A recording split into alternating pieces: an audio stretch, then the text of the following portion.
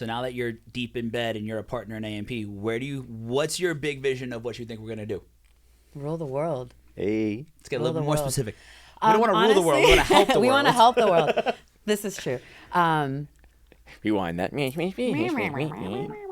I am so excited because I can already see and feel the stigma changing. And that is why I'm here, why I think a lot of us are here. And the most exciting part about all of this is just how organically everything's fit in, how organically everything has grown, the positive feedback that comes from every single person in my life when they start asking me questions about what I'm doing and what's going on with Limitless and I'm like, oh, but let me tell you about AMP. And just like the response of it all, or just hearing from people who've known me for years and just kind of like look back and they have this like look in their eyes of like, oh, and knowing that they get it and knowing that they realize that like, this is absolutely happening for these people right now. And all of that being tied into doing something positive and helping and figuring out a way of like how I can honor my uncle, I can honor my ex-boyfriend, I can honor my current friends and family who have struggled in the past or struggle now or may find themselves struggling in the future. I got a tattoo of the semicolon, and I didn't know at the time what it stood for, and it's not why I got it, and it's not why I got it, but eventually became its purpose and its meaning. Welcome to the chaos. That's interesting because I don't live a sober life, but I also have that same like once there's a certain level, my partying is less than like 99% of my friends too. So I want to be out and I want to be doing all the things. But then once they get to a certain place, I 100% Irish goodbye. I also I have a social battery, and I'm very, and like my friends are aware of it, and like now at this point they can be like, oh, you just hit that point, huh? I'm like, yep. It's like written on our face, like the like the light turned on, like, and they're gone. Yeah, Bye. it just switched. Like the energy I'm exuding to be here and be present with you when I'd rather be home doing Legos is very much like with there. Now it's gone, and now I can't be here anymore. I just saw something, actually. I need to send it to you. It's a meme of this guy. Well, not a meme, but like an article of this guy who spent $200,000 on Legos. It's like some like crazy Star Wars whole city or something that he created, and it cost him 2 marriages and 200 Oh, yes. I just saw that pop up yesterday. Yeah. I bet you he's happy though. He might be. I bet you he's happy. I mean, though. he's smiling in the photo. I mean, I bet you. And the he's video happy. talking all about it. He's stoked. Legos bring me joy. We've gone over this. Lego, please sponsor me, please. The Legos cost more than the drugs used to. Please. This is very true. The Legos are expensive, but I mean, my birthday's coming up, which is great because then everybody buys me Legos. Everybody's coming in with the Legos. Yeah. You You can tell that I'm fidgety. Yeah. Same. I'm like, Always like how many that. more folds can I do in this napkin? Yes. Just breathe. Whenever I'm eating food in front of someone, like I have this social anxiety. Mm-hmm. It started when I was, bless you, by the way, over there in the void. It started when I was in middle school when I first noticed girls noticing me. Mm-hmm. And the first time, I remember at lunch, I was eating this girl across from me, and I was like, she's going to think I'm done. But if I have food on my face, she's going to think I'm stupid. So ever since then, I always hold a napkin after every bite. I wipe my face. Oh, wow. And it's like carried on through my life. on. That's childhood trauma, kid. That is. Yeah. Yeah. You should work on that. Yeah. Therapy. Yeah. Yeah, that's... Should we start a session? Please, where do we start? Let's unpack that. Are we in the trust tree? We are. We're in a safe space. We're in a safe We're in the space. sandwich We're room? The circle of trust. You're in the middle. But yeah, it just reminded me of your little napkin No, I fold. get that because I have tremors, and it's like my baseline is like I'm always shaky, and then I've had a matcha on the drive here, and then so I'm always like I'll keep something in my hand, or like at my desk when I'm working, there's always like some kind of like fidget spinner or like a little like tiny little slinky, like something's always in my hands just to kind of like take people's, and nobody notices. I notice. Right. I know it's happening, so I'm like, no. Does it help you though with other people, or do you think it kind of leads more to I haven't it creates the more slightest anxiety? clue. It may. Well, I think it depends on like the time, like what's happening at the time. So like at the Sturdy Voices that we had with you, when I just had my hand like this, and it was just kind of kind of doing this. And it didn't bother me until somebody else looked over and was like, are you okay? And I was like, yeah, I'm fine. And I'm like, oh, because this is doing this like a crackhead? Noted. Yeah, I'm good. Yeah, because but I feel like most people like automatically, when somebody's shaking, it's like, oh, you have anxiety, you feel uncomfortable. Yeah. And a lot of the time, a lot of this, like 7 out of 10 probably is, but then some people, it's just become like a thing to just like kind of do the shake and and it's like it just ends up being like a habit. But like I feel like for me it's always anxiety. But like because I wear because like I do this a lot, and I wear the anxiety ring for that purpose. Because like when I started getting that, or like when I used to do music festivals, I would have that fidget spinner, and I would just all day. I got really good at it too. I could do it on my finger, move it to my nose, my forehead, and then kind of started doing tricks with it. No shit. Yeah, I got really good with the fidget spinner. Yeah. Started doing shows for people and stuff. Like I should have been working. Instead of like light shows, he does like fidget spinner shows. On his nose. Look at it go. Your ring is one of the little spinny ones? Yeah, it's one of the spinny ones. So like it's specifically an anxiety ring. So it's like when because obviously when I have a bunch of anxiety, it's all going somewhere and like I can't get my mind straight, right? So like the same reason why I do Legos and stuff like that. It's like I need something to put a focus on, right? I've always been able to think in multiple, like it's like that meme. It's like I have 9 tabs open and that's my life. It's like my head is always thinking 9, 10 different things constantly. But if I have to focus, I try to bring it down to like 2. So what's going on in front of me that I need to do, but then while I'm doing that, I'm doing this. Yes. Because then my hands are moving, so then that's actually taking up the second thing I need to be doing, because I can never just focus on one thing. And whether people want to call it ADHD or you want to call it just we're so overstimulated now as human beings because of all the things that are going on and all the screens that we have all the time. But I just noticed that doing this really helps me center so I can focus on the other task at hand. So yeah, especially like through festivals or stuff like that, I'm sitting here doing like this the whole time. Yeah. But it's worked. And like I think everybody just needs to find that thing that works for them. Right. And like, it may work for other people. It may not. It works for me. You know what I mean? Like, I bought one of those a long time ago, but not knowing it was for anxiety, or like it helped. For that. I mean, people. It's a cool looking ring, but people like it's for it. But like, it's interesting because there are people that will notice like anxiety ring, and I was like, oh, so you're my people, right? You got one too. You know, it's like one of those things. It's like, oh, okay, so we can connect on this. Yeah. That's crazy, man. I need to pull that thing out. Yeah. When I first got it, I thought it was just cool. It's like a little spinner, look at spinner it ring. go. Yeah. Well, has your anxiety been a lot lately? Because I feel like you're doing like I said, you're probably in some of the best headspace I've seen you in like a long time. So like, is your anxiety there that you need to pull it out, or you're just having kind of moments here and there? I mean, I think I'm always in a state of anxiety that, like one of the interviews we had in the beginning, I had so much anxiety I couldn't get a yawn out. And I was like so nervous. I was so like, I felt so bad about yawning in this guest's face that it was probably wasn't a big deal. So I kept trying to hide my yawn, and it turned into like me going like this, and I'm like, why am I doing this? Like, just yawn, dude. But I mean, the and funny then I thing, couldn't breathe. But remember, like, because you were trying to suppress it. Yeah. But it was Alexis Artin was the interview earlier in the season, and she's like an embodiment coach and talks about body, and she talks about like, well, if you burp or you fart or anything like that, why do you say excuse me? She literally said that. This is just your body releasing things. So I'm sitting here like, Danny, she just said if you do it, it's okay. She's talking about all that. She's literally talking about it, and he's still like, I'm trying to hide a yawn, and my stomach is going crazy, like growling like crazy. She was a great guest. She did not. She was so cool. Man. She didn't hold back. But she just like she noticed it, but she was like, yo, it is what it like. But again, a perfect guest to have that with when you're talking about how the body moves and functions. Right. But I mean, getting into like a state of like, you know, just like I think we all live in a state of anxiety. I mean, you talk about this a lot, and like you have to deal with it on another level because you've headed up HR for some of the most major companies, and now you have your own company too. So how have you learned how to deal with a lot of these employees? Because I feel like now, like especially what we're trying to do at AMP and in the hospitality scene, it's like a lot of people used to think of that as like an excuse, and it's like, no, it's a real thing people are dealing with. So like, how does HR tell a company like how to go about dealing with an employee? And some people do use it to get out of it.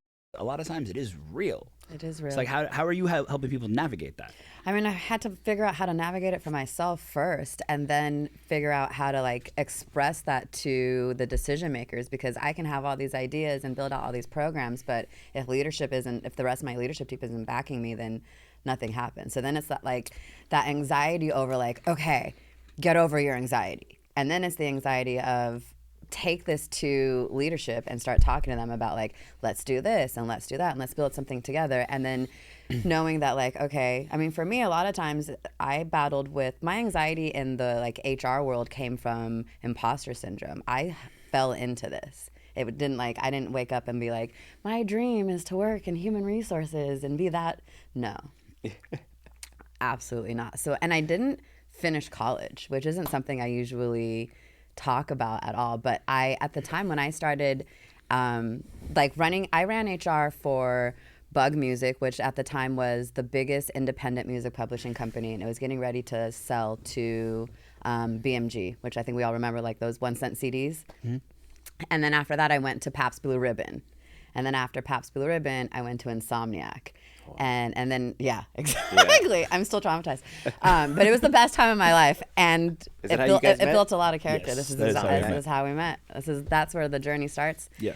And a lot of times it was so much imposter syndrome because it was like, how can I be the person standing here talking to these, Ivy League grads who are, white males who don't really care so much from what I'm feeling about like this brown girl who has like no degree and like, what is she going to tell us what to do?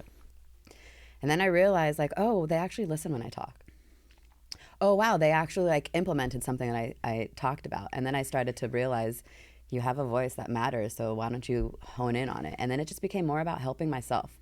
Once I was able to help myself, which happened at several different times in my life with different types of different therapy, different modalities of therapy, different ages, then it just became a challenge of like work through that fear. It was exciting. It became my drug. It became my like, do this. Yeah. And there might have also been drugs, but not while, I was doing that. But like afterwards, like for me, it was, I can write a script. I can figure out how I want to say this and how I want to pitch this to leadership. And I can do all the, the PowerPoint presentation and the point A to point B and break it all down and then get through it. And then I'm completely drained.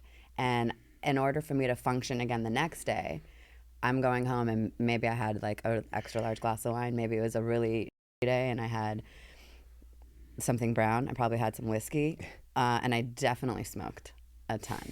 And then it became to a place of like, okay, well, you're representing something different and you're kind of contradicting yourself by also having this side of you. So then it was trying to figure out how to work through those moments without substance at the end. Yeah. Still trying to figure that one out. Good times, bad times. A little bit. I'm curious, how do you fall into HR? And oh my gosh. Yeah, and okay. What do you have to do? Because be sick in the head. I actually, what do you have to do? You have to be nosy. You have to be nosy. You have to have a strong backbone, and I have to have a strong backbone. I learned I have to not be afraid to push a limit and say no to my leaders. I'm absolutely not a yes man. I never was, not from the get-go. I fell into HR. I was running a bank, actually. I was running US Bank and I hated it. And I didn't know I hated it until one of my clients, who was a vice president of a niche boutique HR recruiting company in Newport Beach, and I was helping her with like some business something or other, and she like leaned over my desk and she goes, "You hate this." I'll never forget this woman's tone, facial expressions, the feeling I had of wanting to like reach over the desk to like tell like, "Don't tell me about me," and then know more than me. She was so right, and I couldn't stop thinking about it. I think I was like 28 at the time.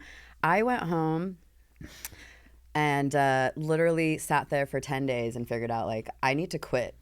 And I didn't know what I needed to do, but I knew I needed to quit. And I quit my job and I went and I called her, and I anticipated her putting me into like some other banking something or other, because in my mind that was like all of my experience.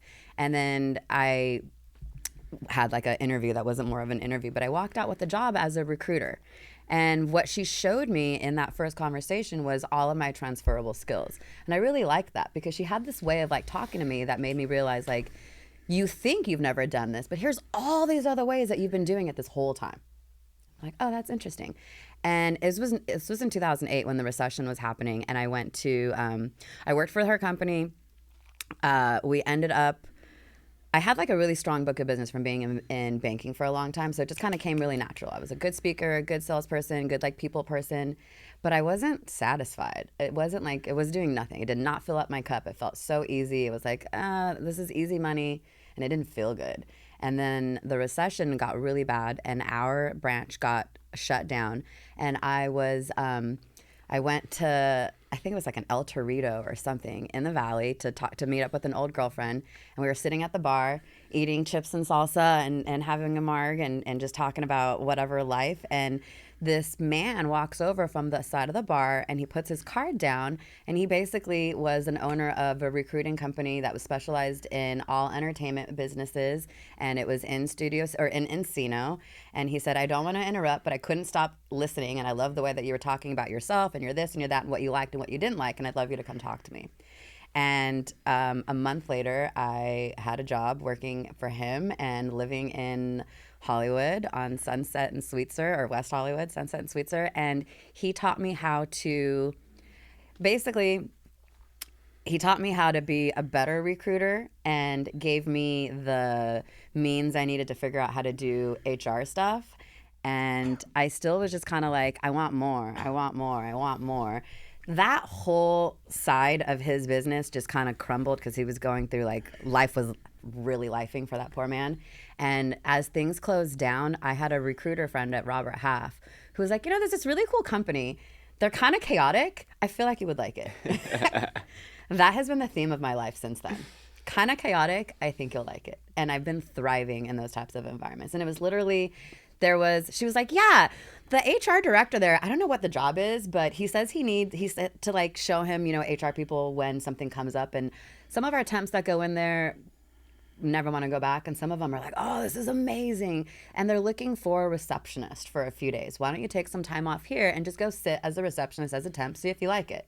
It's like, okay. By the end of the first day, I went to the director's office and I was like, okay, so I'm not a receptionist. Here's my resume. Here's this, here's that, which I'd already fluffed, by the way. And he was like, yeah, the job is my job, actually. I didn't want to tell them, but I got accepted to Chicago booth for my MBA and I'm leaving, but I needed the job to have money to go. So blah, blah, blah. So he's like asking me some questions, and I guess I answered them well enough to where he felt like, okay, I can spin this and I can co-sign this. I can co-sign this chick. And then I went home and then like Googled and YouTube videoed how to be HR, literally.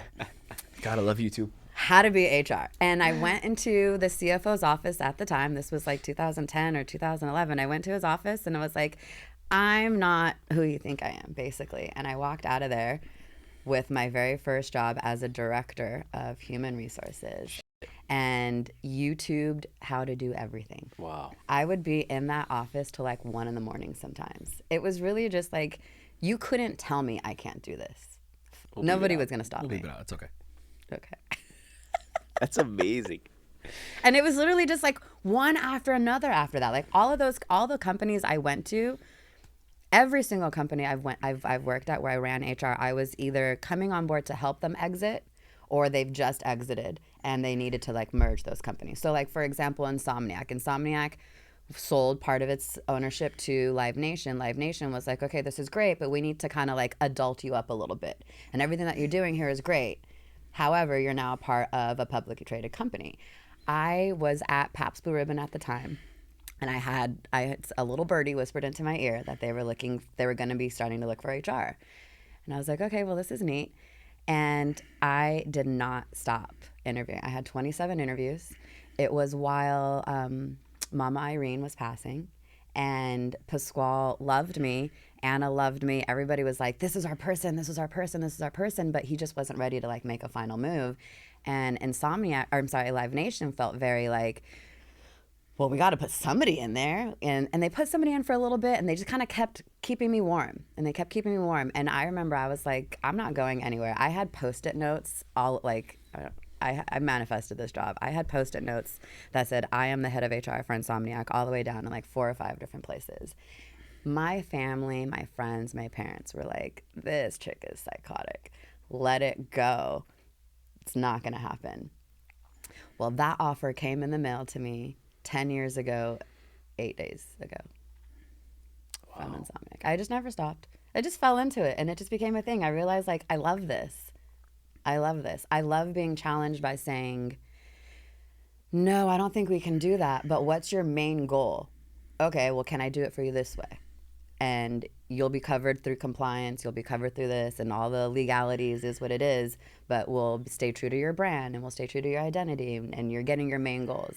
And I work really well with companies or leaders that allowed me the space to do that. And I wasn't afraid to walk away from the ones that didn't. Interesting. So how do you keep human resources exciting? Like, what is it? Because it's me. No, I'm just kidding. Yeah, well, I feel better dealing with you too. I avoided Sheila at all costs. Oh yeah.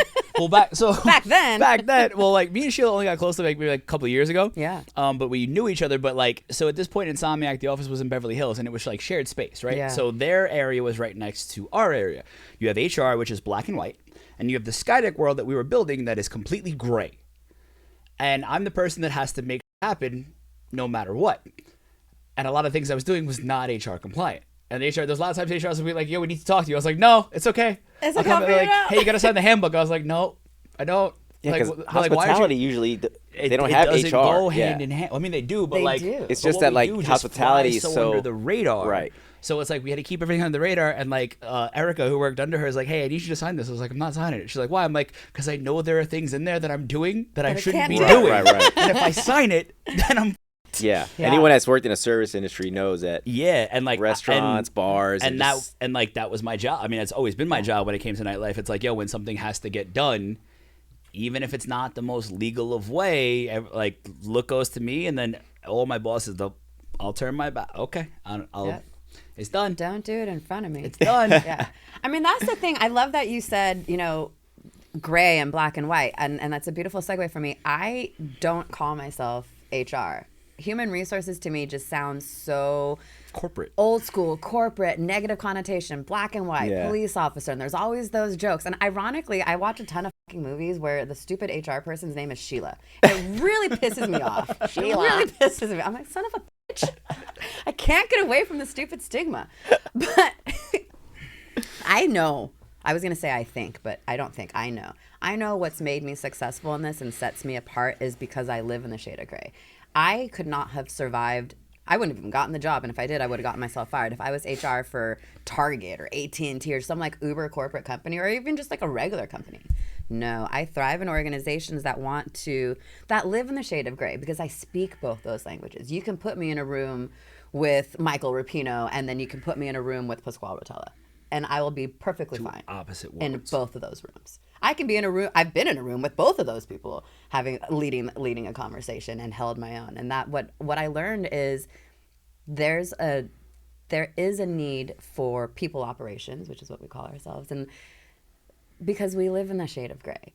And so when I ask like, well, why do you need this, or what's the main goal? It's so I can find that gray way of doing this for you, so we can go under the radar, so we can find that way of not having to be that black and white police officer.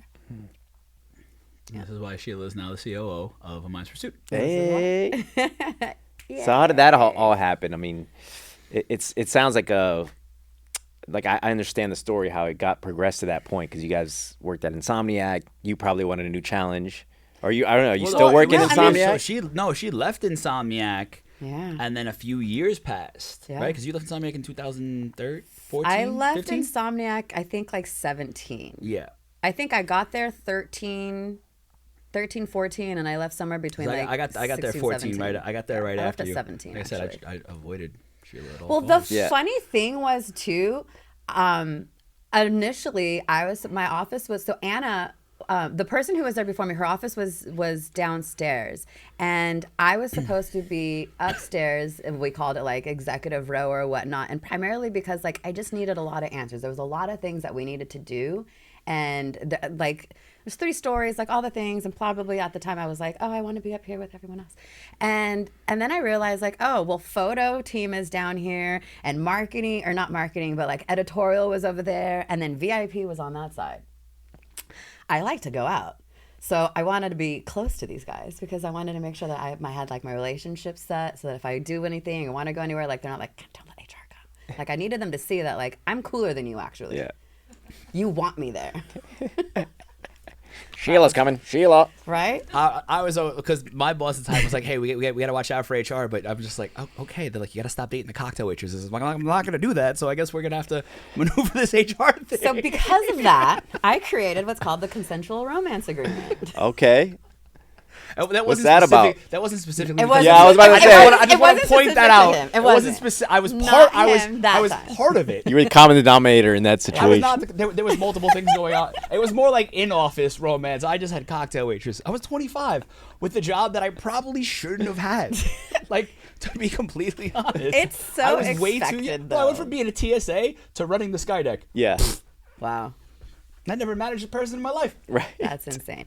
Okay, that right there. That's why what I do exists. You've never managed a person in your life, but you have this like grandiose role in a huge company that all eyes are on. So nowadays, companies will have me come in to teach the Mikeys how to lead people, how to manage, and how to do it in a way where like you're not that black and white drill sergeant police officer. Yeah. You can still be you. You can still have your swag. I got my hand slapped a ton because of my management style until I realized like I'm going to lean into it anyways. Like I was not a good leader when I tried to conform into what's the like fit into the box style manager. It wasn't authentic to me and I wasn't good at it. Like, you know, this don't get close to your team and don't get personal and don't do this or don't do that or just all of the don'ts. But that's not who I am. So the more I kind of went against the grain and became this like outside of the box, not afraid to push the limit. Sure, my hands might be fidgeting and I might need something in there and my voice may crack a little bit or maybe I'm going to go and smoke the fattest joint when I'm done, but I'm going to get it done and like get it handled and not be afraid to show you that there's more than one way to get to the right answer. Yeah. Yeah, I remember, dealing with managers in LA, they had such a different way of managing. Oh, we got treated we either got treated like or they treated you like your buddy, right? And you had like a nice relationship. It was for me. It was when the Vegas managers came into LA, and they came in with this like military style. But I mean, we talked about it. One of the managers told me I couldn't dance anymore in the club while we were waiting for the guests to come in, and like why? Right. And we also went from like it was fun because it was like Bart and Soupy were our managers. Like it was our boys. Yeah, so like, right. It was our boys who were TSAs with us who came up and then moved into management. So there was a different type of relationship. Right. Like they would still lay the hammer down if they needed to, but there was a trust factor there. Then they brought in all these Vegas guys, and this whole mentality is like, well, everybody wants your job, so if you don't do it my way, I'll just get somebody else to come in and do it. Yeah. And they treated us really awful. And like that's why when I took the Insomniac job, I was like, I don't want to be like that, and I want my team to feel. And that's why I still have the same team from when I started 10 years ago. And you know everybody on that team, and everybody loves to be there because we actually care about you as a human being and your you show feelings. it. Yes, and like we'll support you. not And like just words. if you're having a rough day, we're not going to send you home. It's like, hey, what's going on? Let's come sit in my office. Let's talk about it. Yeah.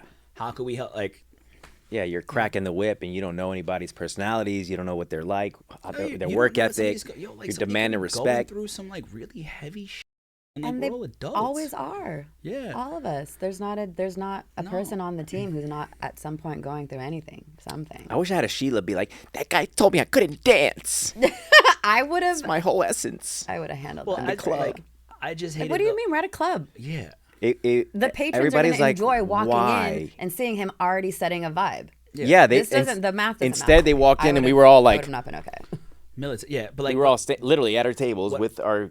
what I hated about the Vegas people is like, yo, this is your life. It's like, no, this isn't Vegas. Like we're all actors, models, dancers, singers. Like if we need to get somebody to cover our shift last minute because I got an audition the next morning, We were gonna do that. They were not. They're like, this needs to be a priority. It's like that's not what I'm here for. This isn't Vegas where this is our lives. This is my secondary job to make money so I can chase my dream. This is what LA is all about. And they just wouldn't conform to it.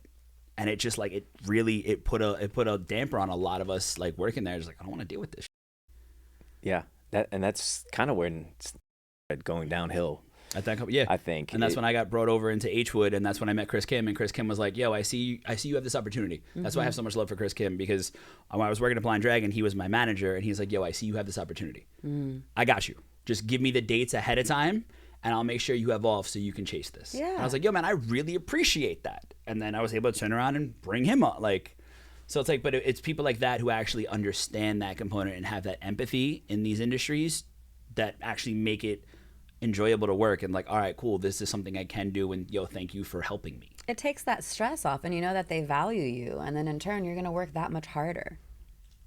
I mean, I definitely made Chris want to pull his hair out because I had a lot of ego back then, but I still got the job done. Right. Yeah. That was the thing with like you and I. We were such good workers, And we that knew it. like everything else we were doing was like, okay, Right. we'll let them do that. Yeah. Because they always get the job done, Yeah. and they go the extra mile. Yeah. You know. Yeah, at the end of the day, there was a lot of things that I definitely should have been doing, and they would, and Bart and Soup and Chris just were like, I'm going to turn around. Right. yeah, that's always been my thing though. It's like, because then when van and something comes in, all right, like Bart would be yelling at me for like 20 minutes, and then some big spender would come in last minute, Sam would come in, and then you'd like, hey, I'm like, I got it. And it's like, I know exactly what needs to be done. Right. And then you would actually get it and have it done. Yeah. And then we would drink a beer and smoke a blunt afterwards. And I'm like, you can't yell at me like that. He's like, yes, I can. I was like, you're living on my couch right now, bro. You can't yell at me like that. There'd be times Bart would like scream at me, and I'm like, hey, you're not actually mad at me. You're mad that we stayed up till 5 o'clock in the morning, and you're hungover right now. And he's Right. Like, Now Shut you're up and get to work. grumpy.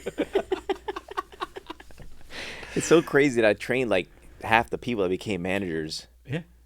I had zero. you guys. There was plenty of people that like at SB like, hey, we want you to manage. I was like, absolutely not. Yeah. No chance. I'm not managing this company. You'll own my life. That's what happened to me, and my ego exploded. Yeah, you were kind of a dick at Sayers. But I was also Just being I was. real. Now I was, remember. because I didn't realize I didn't realize what I was getting into, and Yeah. dealing with adults. When you're managing, It's not really any different. manager, They're not any still manager knows that once you become a manager, like you realize how stupid people are, Mm-hmm. and how they all act like little kids in a professional environment. Yo, my job is an adult. I'm an adult babysitter. Yes. That's my job. I'm an adult babysitter. Absolutely. That's what I say. I actually say us as like people ops people or HR people, I'm the babysitter, the mom, the therapist, the grandma, the party planner, and the cleaner upper. Yeah. A lot of hats. Yes. of hats. By the way, to my Sayers crew, if you're listening, you weren't stupid. And I am sorry. You just did stupid. But also the environment we worked in, like it turned me into a dick. Like I just didn't want to deal with Yeah, just customers and employees. I get that. And my own personal I was so depressed, and like I had nothing going for me in life besides like that job. So I took it out on people, and that's when I was like really drinking at work and self-medicating to just get through the shifts and To get through the shift. Yeah. Exactly. I mean, yeah. that's what caused my burnout. Like the exhaustion of just dealing with the stupidity. Because it's like when everyone's got a problem, they come in like tattletale, or I'm mad at this person, or I'm mad at this person, and then I'm like, now I have to go diffuse a situation between the employees. Then I have to go diffuse a situation between the clients. Then I still have to make sure ops is getting done, finance is being done properly, check-ins being ran smoothly, our security's on top of everything, and you're just like, this is exhausting. And Yeah. when you keep going, you burn out. Yeah. But it's funny because like that whole experience, it led into like I've directed a few short films, and I've been like the head of like certain production teams and stuff like that. And I think that experience informed me on how to actually run a team. But then now, like being part of the film industry and like directing a project, I know how to talk to people. I know how to put out the fires and lead correctly. But also it's like, oh my God, this is so much better than leading a service industry team. Like everybody, It's something you want to do, though. it's something I want to do, right? Want to do. You know what I mean? Like, Yeah. You do it different when you want to do it. like Right. Like don't get me wrong, I'm very grateful for my Skydeck job and everything it's done and built, and I feel like I had to do that, right? Because now for where we're going, and we can kind of segue back into AMP and how me and Sheila really kind of got together on this, and I feel like everything that happened there was my like testing ground Yeah.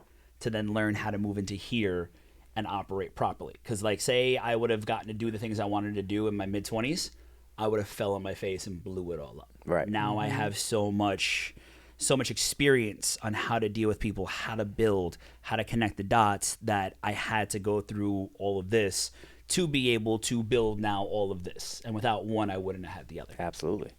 So let's get into that, like with AMP and when you started that, you came on board. Like where are we at in the beginning and where are we at now? Where are we?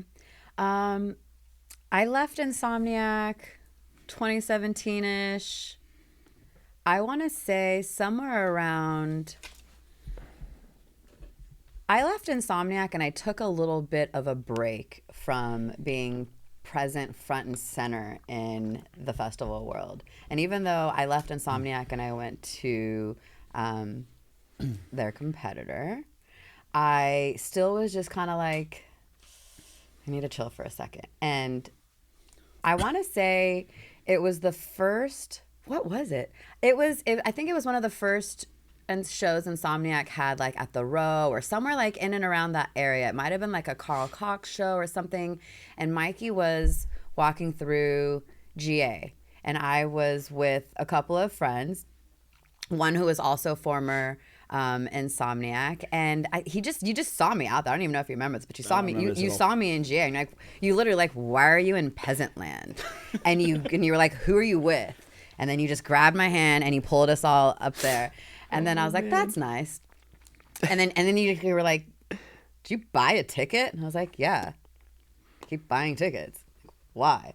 And that just kind of turned into like feeling a little bit better about being back in the environment again, and just kind of like finding my own. And then I think after that, it was really just the pandemic is what propelled everything.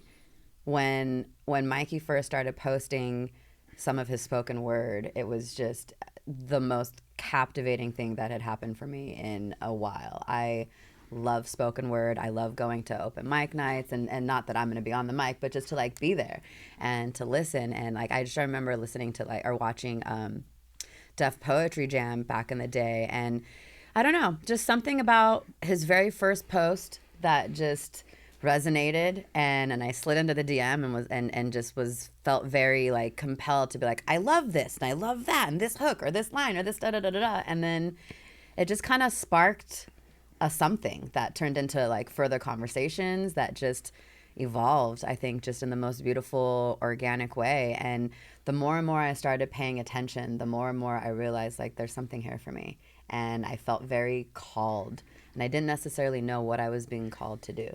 Yeah. And I think a part of that I'm still trying to figure it out, but I know that this is where I belong. Yeah. I mean, well, it goes, you're helping people, right? You're part of it's part of my purpose. Yeah, part of your purpose. And now this man, he's trying to change the perception of mental health and men and just in general, right?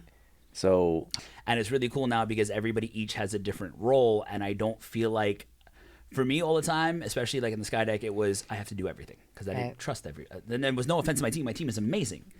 I just didn't feel like there was things that I can pass on. So I took on all the burden and the stress. But here I'm realizing it's like, oh, I don't have to take it all on, right? So when it comes to all of the music and the album, Billy's got a lot of it. I just got to check in with Billy. When it comes to the production of everything we're doing with the podcast and Conversation with the Boys and all the music videos, I don't have to be as involved. Now, when it comes to actually building out the corporation and the business, well, I know that's Sheela's specialty. I can just tap in. So it's really cool for me that I can just sit with each one of them separately, that everybody has their own lanes.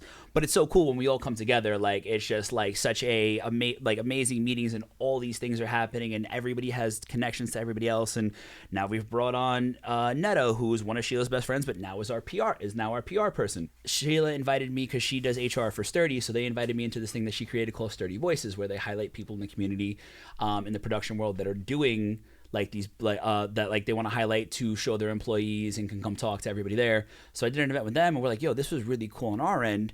We got connected to Live Nation, so now me and Sheela are building a program on burnout in the industry and really focusing on the hospitality entertainment industry, and going in from an HR perspective and from a boss/employee perspective on how to really help your employees with their anxiety, with their burnout, with their depression, and really see them for who they are.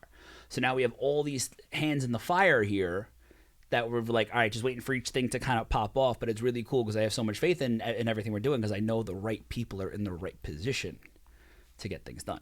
Yeah, there's no better time than now for that. Yeah. So many people are struggling. The state of the world is just in shambles. So I know it's necessary. any It's service very industry people out there watching or listening have never heard of them being taken care of like that. You know, like And I think that's one of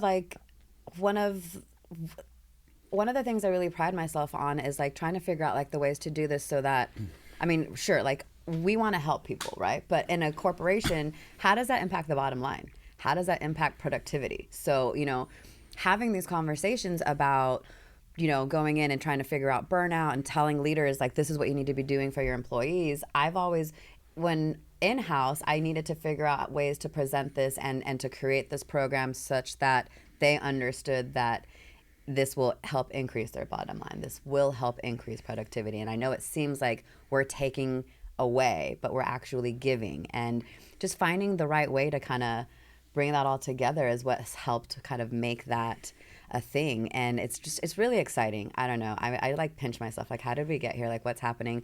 I feel so aligned in like my purpose. I mean, earlier I was saying like had like imposter syndrome because I didn't finish school. I went to school for marriage and family therapy with emphasis in adolescent drug addiction. Wow. And I thought I was going to be a therapist and help people with addiction and like people like that I felt that me and my friends needed when we were going through school and stuff. And then I had a family member who was passing away of cancer. And so I left school as a senior and went home to help my mom and my family and whatnot. And the kind of career was doing what it was. And so I just never went back. And then all of this stuff happened. But it was really, I think, important to me it was really important to me to find different ways of giving back. And I didn't realize that human resources was going to be that, but it ended up becoming that. I mean, like even, one of the biggest things I love walking away from Insomniac with, which I feel like is like a part of like my legacy there, was I realized this company and so many others like it create these beautiful, amazing experiences for everybody else. But if you look inside, there's no place for the employee. There's no place for them to like sit, relax. And even something so big as like EDC Las Vegas, my final year working EDC Las Vegas, I got approval and I ruffled every feather. I didn't mean to, but I ruffled every feather along the way, but got approval to create what we called the Zen Zone, which was really just an employee lounge. And it was all sponsored and it had all kinds of furniture and massage therapists and food and massage chairs. And we had to open all 24 hours, all 3 days of the festival, the unload in and load out. And we figured out a way to scale that and move that along to different shows and stuff. And I think they carried it on for a little bit. It's not there no more. Yeah. Damn. That sucks. But it was like finding those things of like, okay, like you're saying no, but here I'm showing you that this is costing you no money. All of this was sponsored. It didn't take me time outside of I did this on my own time. All of these people are involved. And then finally, like the Steve Howards of the world were like, okay, we can do this. And then that taught me to keep doing that. And then I got to a place where I realized that maybe I didn't go and become that drug and addiction specialist therapist, but I'm still applying that in everything that I'm doing. And it was like a couple of light bulb awakening moments, and then that just kind of went into this is your purpose. Yeah. You're living it. And then now we're still in this very infancy stage of a mind's pursuit, and we're just kind of building everything out. But like, it's really cool that we're so outside the box and how we're operating.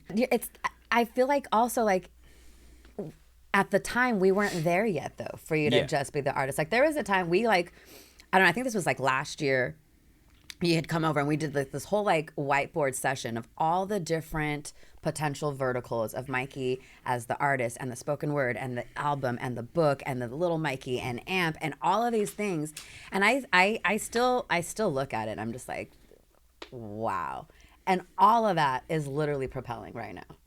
Every single one of those movements. It's such a beautiful thing to like see and watch and just like, I mean, obviously we're in it and we're in the thick of it and there's still so much to do, but like having that moment of like, just to be able to like, I mean, so Peppermint Club, right? Like the fact that like Live Nation wants to work with us and that like they invited you in and just so quickly and standing there watching, full respect to everybody who performed, but clearly there's a bias. However, you killed it. Yeah, and I cool. just had like all these visions, and I looked over. I know I had like the goofiest smile on my face because I look over and Netta, Jesse, like some of our friends over there, and they're like, "You're so in this right now." I'm like, oh. And someone whispered that like she drank the Kool-Aid. I was like, I'm a part of the recipe making. Yes. Get out of here. Yes. Nice. We don't have any Kool-Aid. No, this is it. This is us. And it's like, it's such a important space and such a important topic and something that's just like very near and dear to my heart, like mental health, men's mental health, my own mental health, my family's mental health. I have people in my life who struggled a lot with addiction, with mental health, some that have overcome some of those struggles, some that didn't. Some, you know, I have an uncle who passed from an ex-boyfriend who passed from suicide, and I know that like I'm here for them as well. The universe has aligned this team properly, man. Sheela only became COO a few months ago. Billy only became on as the VP of music and culture a few months ago. Like I said, it was just me and Soph for the longest time. So now that, and then within a few months, we've now brought on an extra 7 people on the team. We have so many more things that are popping off, and like it's just quickly.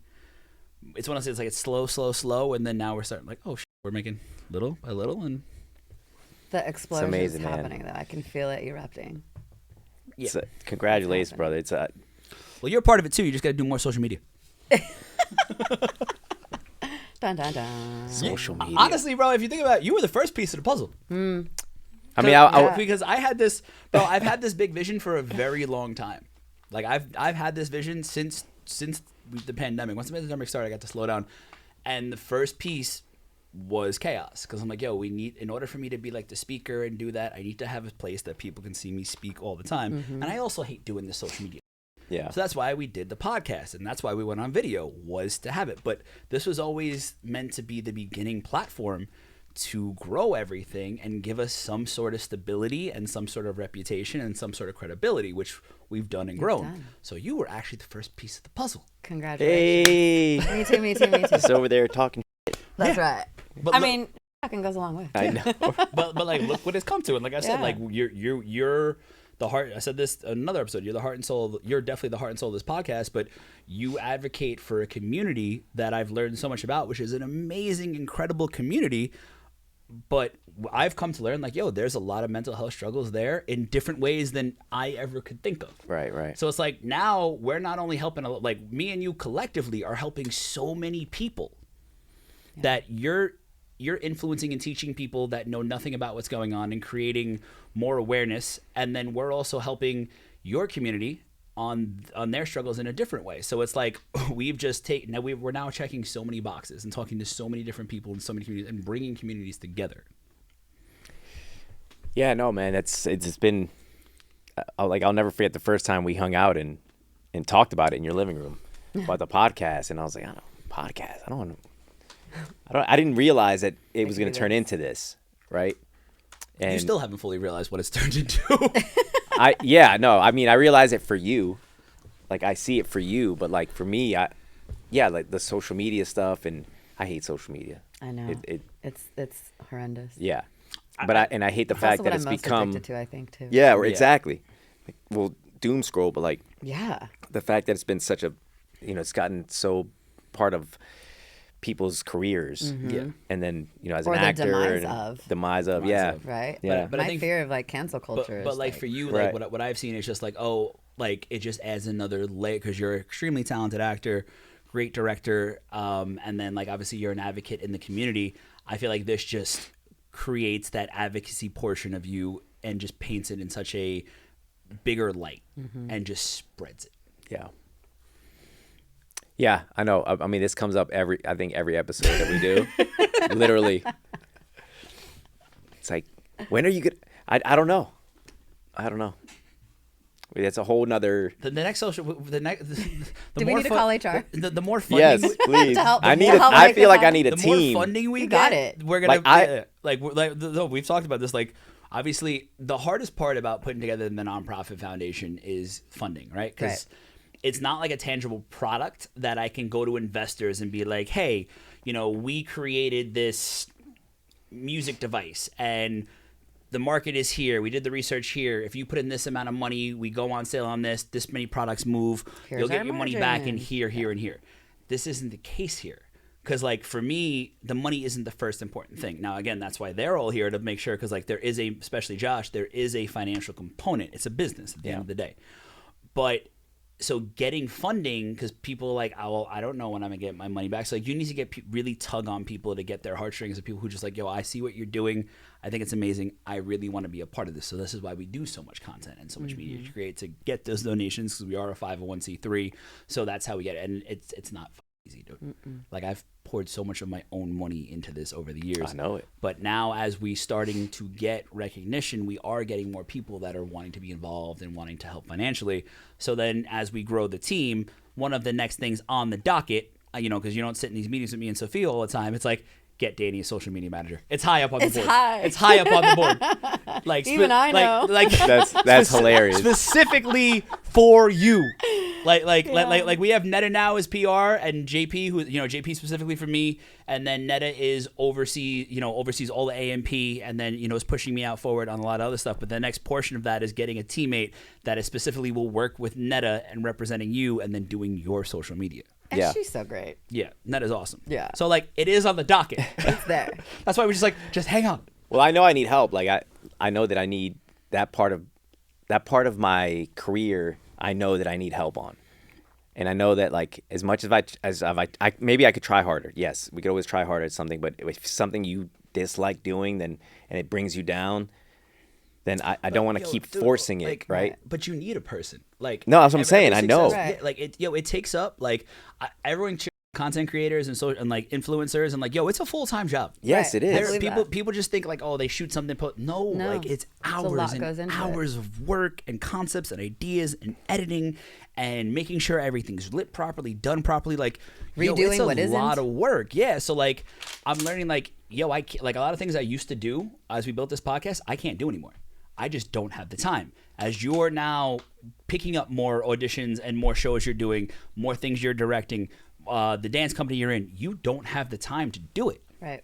You don't. Which is a good problem to have. Yeah, and It's a great place to be. I think it's more. It's not even about the time. It's about the battery, the mental battery, the physical battery of, like, how draining it is. Like for me to do one post, it takes me all day because I go, is this good enough? What do I write? Like, and then I stop, go back to it, and then for me, a lot of the times I just don't end up posting it, and then I forget about it, and I'm like, it's too late to post that. But yeah, it's Chelsea Hill told you it's not. Yeah, no, not. yeah, It's no. not? Can she Chelsea, tell me that? I mean, people who, like, are good at social media, like, always tell me. I mean, It's not honestly, too late. like I say all the time, like, thank God for JP Betancourt. That's one of my best friends. But also, like, he films some stuff, and then I don't got to worry about it. He knows what to do, post timing, and just does it. I'm like, oh, there's a lot of things on my social media. I don't know how, like, people are like, yo, I saw your post. I'm like, what post? Which post? Yeah. You talking? JP. Thanks, I gotta JP. hire JP. They reminded me I had a TikTok. Yeah. I was like, I refuse to go on there. It's funny now because refuse. I don't even Same. know where the login is. Like, I have to search because I don't know where the login is and the password at this point. That's amazing. I was talking to someone, a content creator that cuts my hair, and he was telling me about these. It's like business opportunities on there. And I didn't know that it extended that far. Like, there's Yo, certain. so many sponsorships come from your content now. Right. I know. Like, I Yeah. mean, this is how we've gotten sponsors for the podcast. They're like, oh, you know, we're aligned with what you're saying and doing. Talk about our product or our company. We'll give you money. And, like, yeah, it comes from that. So if you start doing more things and putting out there, there will be people that somebody will come to you. It's like, hey, we'll give you a brand new wheelchair to make a post about it and talk about it and shout us out in some of your posts. Yeah. No, I had. This is why something like Legos, that. please sponsor me. Yes.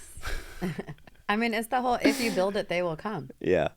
No, I've had that happen. Like, I actually had a sponsorship. It fell through because the chair didn't work out for me. But I know it is a tool, and I just have to look at it like that. It's just, you know, Right. it's Use just it getting to your over it, getting advantage. over it, you know. That's interesting, though, because, like, even just, like, this is so lame to say. Literally, like, I have so many posts that in my mind, I'm like, oh, I want to post this and I want to post that. And it's just like my personal life of these cool, amazing, wonderful experiences I'm so blessed to be able to have. And then I get caught up in the, like, minutia of my thoughts, or the OCD of like, well, I only posted EDC day. This is the lamest thing I'm going to say. I only posted EDC day 1, and I still want to post day 2 and day 3, but now we did Rosé Day, and then now there's this event, and then I went on this vacation, and then I had this cool event that I was a part of, and where do I start? And is it too late? It's August, so I'm going to go back to May. But what did Chelsea say? It's not too late? That's what I This is what lives in my head. Yes. I haven't even done my 2024 recap video. But like, there's like, bro, like, yo, Like, you were. I had a nominated- cute. I'm not the only one. You were, Yeah, you no. were nominated for the Tiny Desk Award. Drama Desk Award, Drama which Desk is Award. the second biggest Broadway award under the Tonys. And no, you didn't post anything Nobody about knows it. about it. Like, I mean, bro, Why? you know how huge that is? I didn't post about the event itself because the same thing happened. Yeah. After that, I shot a show. You After should've that, I hired went on JP this. to come After with you and that, follow you around the event. Yeah. yeah, it's And then he'll post it for you. right. Yeah. Yeah. So I have like my phone is full of content. Same. It's just sitting there. We Like also have a ton of built-in content. We have like 60-something episodes Yeah. with clips of you. I just saying all these, it's overwhelming me now. I'm like, I need to go Do you pee. need a fidget spinner? I need to go pee and like sniff that thing. Seriously. It's not drugs, guys, I promise. No, it's this little like menthol herb thing. We're gonna keep bash like again like you're pass like, it. like Let's pass it around so people know what we're talking about. Hey, nice Nice throw. catch. Here, we should get them to sponsor us. yeah, right. There we go. What is this little I thing? don't know. It's in Thai. I can't read it. It's in Thai. So it's like something for. It's like it's menthol. So basically, what it's for is that so I don't keep drinking coffee late at night while I'm working or we're doing shoots. It's like a smelling salt, and it just kind of awakens you a Wakes bit. you Not gives as you a little strong, energy, it's like- not as strong, and you minty. You inhale it, and it's got a minty flavor to it, and it's Thai. And I've now used these at festivals. I've used these when we shoot. I use these when we're on the music video sets because like if I keep drinking coffee, like we just did a music video recently, and I was so cracked out because I drank so much coffee. That I was like just jumping were and jittery. I was all Yeah. over the place. Just yes. people were like, what the are you doing? Pass that. I was like, well, the video we were talking about my addiction, so Ladies it first. was emulating Thank a lot of you. drugs back then that I was on. So like I wanted it to feel, Yeah. But eventually, do we need to make an email address? Like, will you feel more part of it if we make you a Danny@amindspursuit.com email address?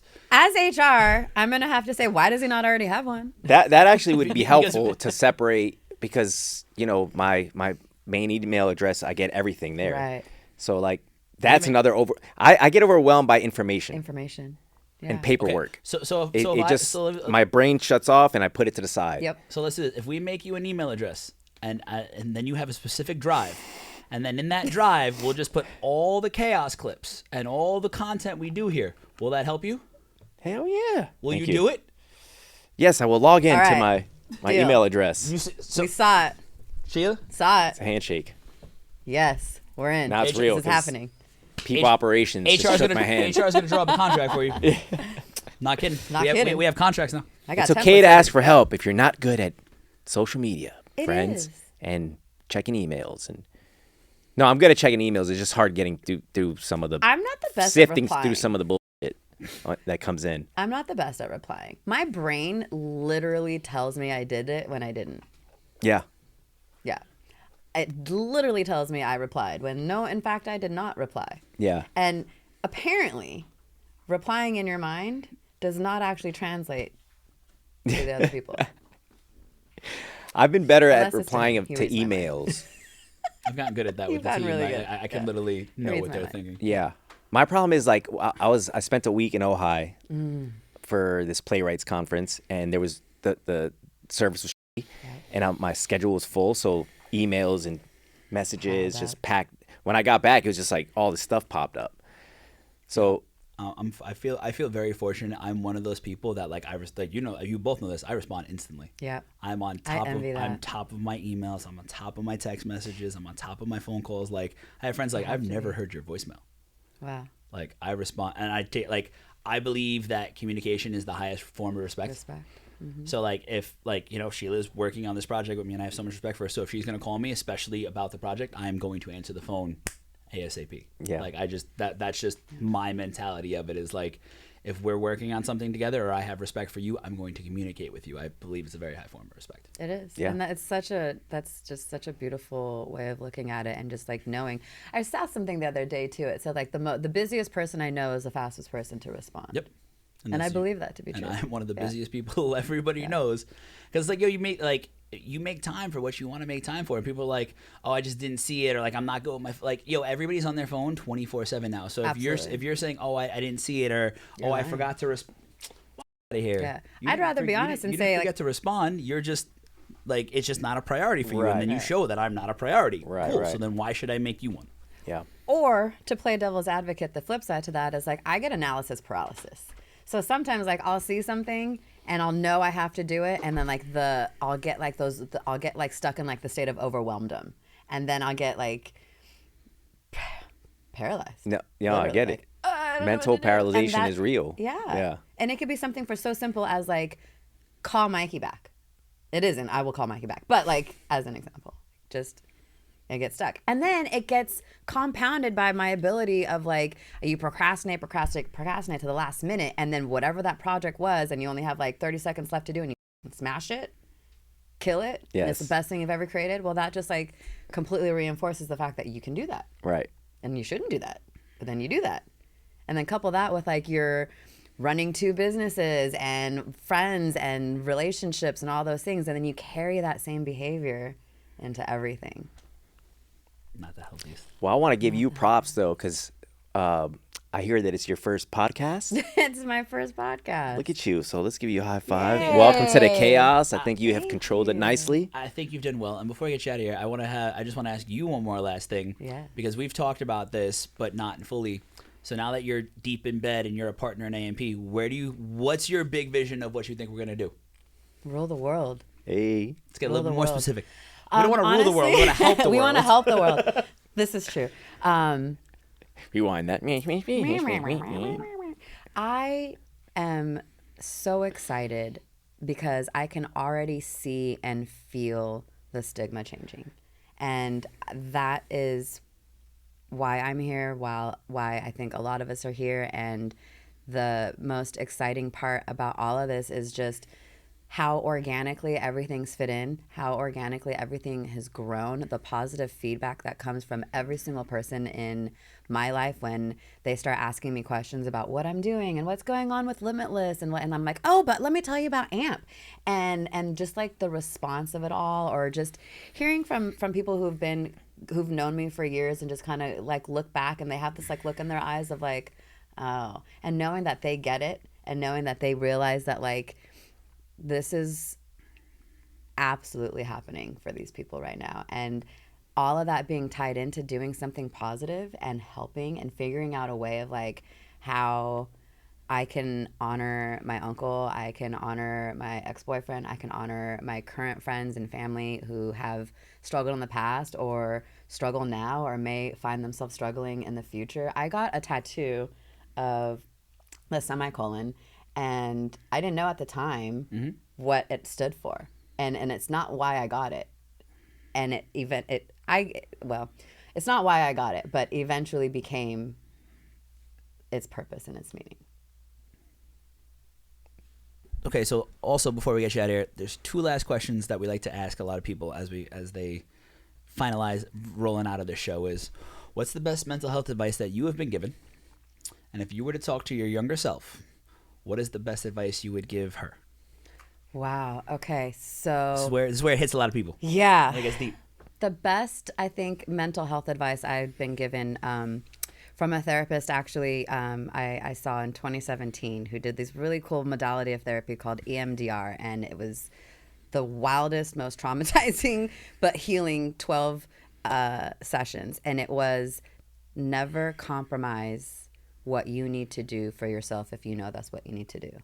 And what he really meant by that, or what my takeaway was, is if it's a no for me, it's a no, and don't be afraid to say that. And how it relates to my mental health is my mornings need to start a particular way. It doesn't matter if I'm at my house, my boyfriend's house, a vacation, doesn't matter. If I need to do my things, if I have to wake up earlier because now my call time is what it is or whatnot, then I can't compromise, because that's what keeps me whole and sane and and like mentally there for me to be able to help others.